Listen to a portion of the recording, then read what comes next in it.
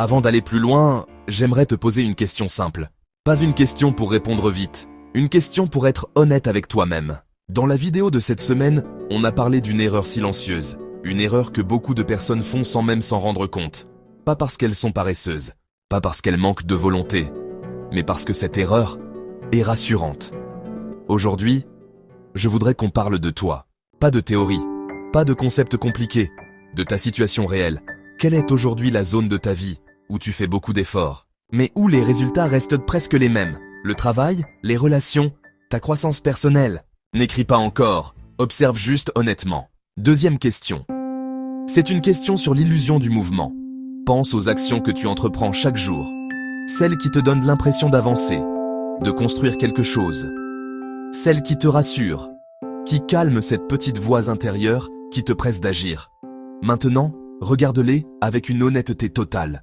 Parmi ces actions, lesquelles ne sont que des placebos, des gestes qui te maintiennent occupé, mais qui, en profondeur, ne changent absolument rien à ta situation?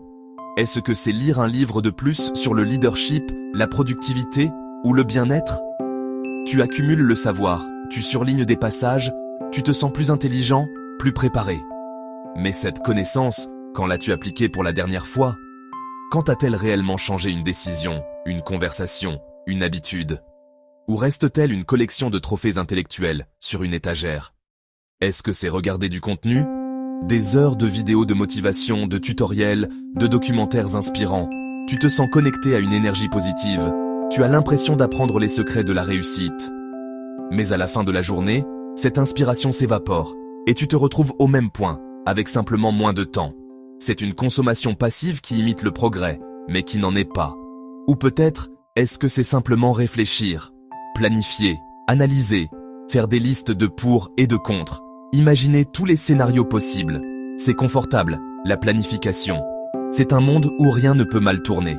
Mais ce perfectionnisme, cette quête du plan parfait, n'est-il pas juste une façon élégante de procrastiner? Une peur de l'échec déguisée en préparation minutieuse? Ces actions sont des illusions. Elles te protègent de l'inconfort de l'action réelle, du risque de l'échec, de la vulnérabilité de l'essai. Identifie-les, nomme-les, car ce n'est qu'en les reconnaissant que tu pourras choisir de les remplacer par des décisions qui comptent vraiment. L'illusion du progrès est souvent plus confortable que le vrai changement. Troisième question. Prends un instant. Quelle est cette décision, cette conversation, cette action inconfortable que tu évites depuis des semaines, des mois, peut-être même des années? Elle est là, tapie dans un coin de ton esprit. Tu la sens. C'est un poids subtil, une tension de fond qui colore tes journées. Tu sais de quoi je parle. Ce n'est pas une décision ordinaire. C'est celle qui te demande de faire un saut dans l'inconnu, de choisir l'incertitude plutôt que le confort d'une situation familière, même si cette familiarité est devenue une cage. Est-ce que c'est dire non? Un non ferme et définitif. Non à ce projet qui ne t'inspire plus, mais qui paie les factures. Non à cette invitation qui te draine de ton énergie. Non à une attente, une pression que quelqu'un place sur toi, peut-être sans même s'en rendre compte. Dire non, c'est tracer une frontière pour protéger ton temps, ton énergie, ton intégrité. C'est un acte de courage simple mais profond. Ou peut-être s'agit-il de changer une priorité, de reléguer au second plan ce qui a longtemps occupé la première place. Admettre que ce diplôme, cette promotion, cette entreprise que tu as bâtie n'est plus alignée avec la personne que tu deviens. C'est accepter de pivoter, de réécrire le script de ton succès. C'est un deuil, parfois, mais c'est aussi une renaissance. S'agit-il de sortir d'un schéma connu?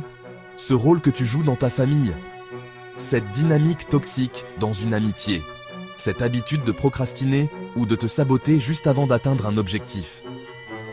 Ces schémas sont des autoroutes neuronales, des chemins si souvent empruntés qu'ils semblent être les seuls possibles. En choisir un autre, un petit sentier incertain, demande une conscience et une volonté de chaque instant. Ou est-ce cette conversation difficile, celle avec ton partenaire sur l'avenir de votre relation, celle avec ton manager sur ton manque de reconnaissance, ou peut-être la plus dure de toutes, la conversation honnête avec toi-même sur ce que tu veux vraiment? Regarde bien, très souvent, ce n'est pas le manque de savoir, d'information ou de compétences qui bloque une trajectoire. Nous nous cachons derrière l'excuse de la préparation. Je ne suis pas encore prêt. Il me faut plus de données. Le timing n'est pas parfait. Mais la vérité, c'est que nous savons. Au fond de nous, nous savons ce qu'il faut faire. Le véritable obstacle, la véritable source de cette stagnation, c'est une décision. Une seule décision, que l'on repousse depuis trop longtemps. Une décision qui, une fois prise, libère une énergie incroyable et remet tout en mouvement. Si tu devais ajuster une seule chose cette semaine, laquelle choisirais-tu? Pas une transformation spectaculaire, une décision simple, claire, concrète. Écris-la. Même si elle te semble petite. On nous fait souvent croire que les grandes transformations de la vie sont des événements spectaculaires, bruyants, presque sismiques. On attend le coup de tonnerre, la révélation fulgurante, le moment où tout bascule de manière évidente et irréversible. Mais la vérité, c'est que les changements les plus profonds, ceux qui redéfinissent véritablement notre trajectoire, ne font presque jamais de bruit. Ils commencent souvent par un ajustement silencieux. Un murmure intérieur que l'on choisit enfin d'écouter. Une décision minuscule prise un mardi matin ordinaire. Ce peut être le choix de ne plus répondre à ce message qui draine ton énergie. Ou la décision de consacrer 10 minutes chaque jour à cette compétence que tu as toujours voulu acquérir. C'est un changement de cap si subtil qu'il est d'abord presque invisible. Invisible pour les autres, qui ne voient que la surface des choses. Et parfois, invisible même pour nous. Car nous sommes habitués à mesurer le progrès en pas de géant, et non en millimètres. Pourtant, c'est dans ce millimètre que réside toute la puissance.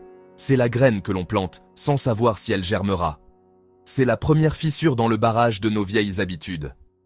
C'est le gouvernail d'un immense navire qui dévie d'un seul degré, mais qui, à l'horizon, atteindra une destination entièrement nouvelle. Cette prise de conscience, ce micro-ajustement, est un acte profondément personnel. Mais il ne doit pas rester solitaire. L'une des plus belles choses que nous puissions faire est de mettre des mots sur ces changements intérieurs. C'est pourquoi je t'invite à prendre un instant. Merci de partager ta réflexion en commentaire. Quelle est la petite décision, l'ajustement silencieux que tu as fait récemment ou que tu envisages de faire? Quelle est cette pensée qui, une fois écrite, pourrait devenir le premier pas de ta propre transformation silencieuse? En partageant, tu ne fais pas que clarifier ta propre pensée. Tu offres une lanterne à quelqu'un d'autre qui navigue peut-être dans le même brouillard. Tu ne sais jamais qui peut se reconnaître dans une simple phrase que tu écris. Ton expérience, même la plus humble, peut être le déclic, l'autorisation silencieuse dont une autre personne avait besoin pour commencer son propre ajustement. C'est ainsi que nos transformations intérieures, une fois partagées, tissent ensemble le changement collectif. Le savoir informe, oui, mais seule votre action vous transforme. Abonne-toi à Savoir & Leadership si tu veux continuer à transformer ce que tu apprends en vraies décisions et en vraie progression.